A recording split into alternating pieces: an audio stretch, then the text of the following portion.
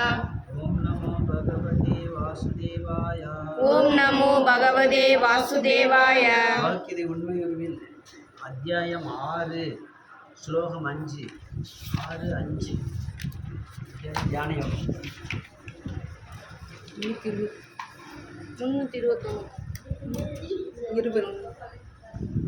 आत्मानम् उद्धरेत् आत्मनात्मानम् आत्मानम् अवसादयेत् नात्मानम् अवसादयेत् आत्मैव ह्यात्मनो बन्धुर् आत्ममेव ह्यात्मनो बन्धुर् आत्मैव रिपुरात्मनः आत्मैव रिपुरात्मनः उत्तरेत् आत्मनात्मानम् उद्धरेत् आत्मानम् आत्मानम् अवसादयेत् न आत्मानम् अवसादयेत् आत्मैव ह्यात्मनो बन्धुर् आत्मनेव आत्मनः बन्धुः आत्मैव रिपुरात्मनः आत्म एव रिपुरात्मनः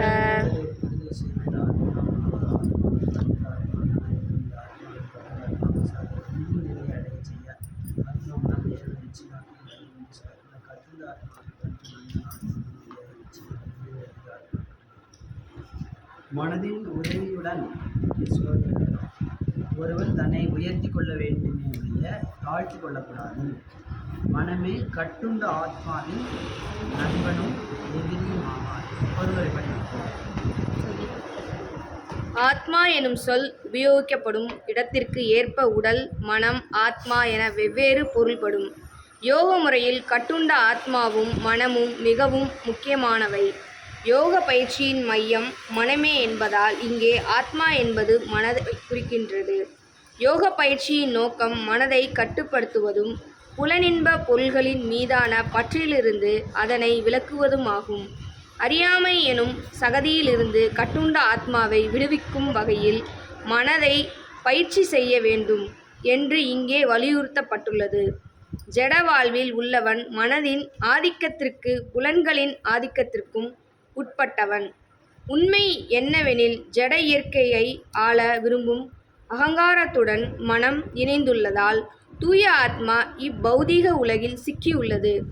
எனவே ஜட இயற்கையின் பளபளப்பினால் கவரப்படாதவாறு மனம் பயிற்சி அளிக்கப்பட வேண்டும்.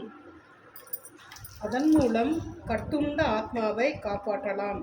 புலனின்ப பொருள்களின் கவர்ச்சியினால் ஒருவன் தன்னை இழிவுபடுத்திக் கொள்ளக்கூடாது. ஒருவன் எந்த அளவிற்கு புலனின்ப பொருள்களால் கவரப்படுகின்றானோ அந்த அளவிற்கு அவன் ஜட வாழ்வில் பிணைக்கப்படுகிறான்.